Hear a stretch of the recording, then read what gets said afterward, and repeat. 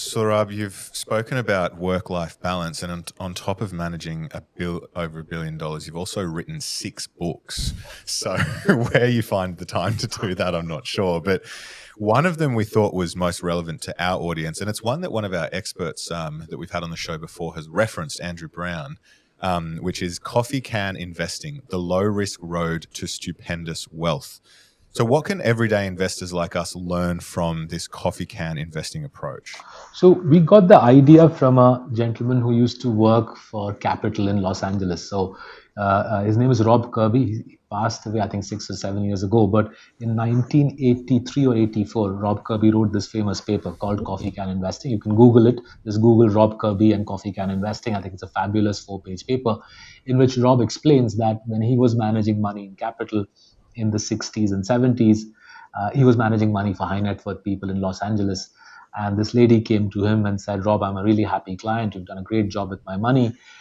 I've lost my husband recently, and I want you to manage his portfolio as well. And initially, Rob was overjoyed that, look, this lady in her time of grief, she's turning to me to manage the money that her deceased husband used to manage.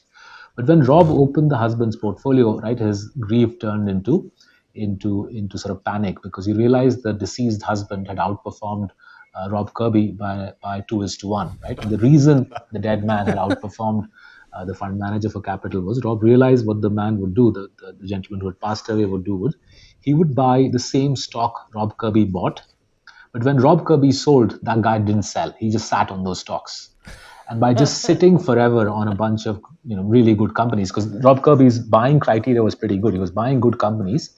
Rob was exiting those companies prematurely, right? So the most relevant example, I think, to your audience that he gave was Xerox. So Rob Kirby bought Xerox in '68, I think. '71 there was a Israel-American war.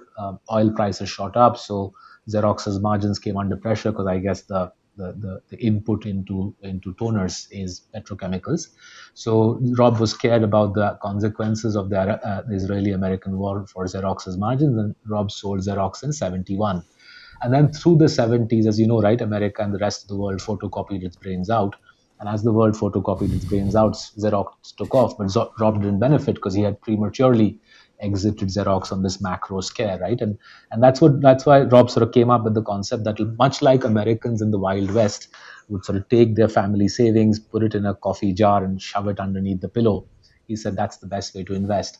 So I read this paper in 2013, and I thought it has enormous relevance for India, because I was seeing the same happen in India. I was seeing around a dozen or so Indian companies compounding cash flows at 20-25% over very long periods of time.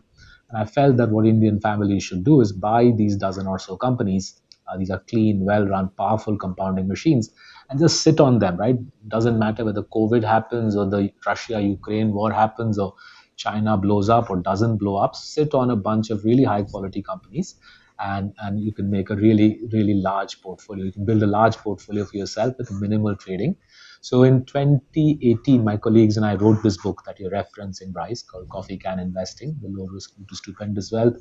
And in a way, it was the making of us. It was the making of our careers. The book has been translated into several Indian languages. It is sold, obviously, the original sells online, but the pirated versions are available on every pavement bookshop in India across the length and breadth of the language.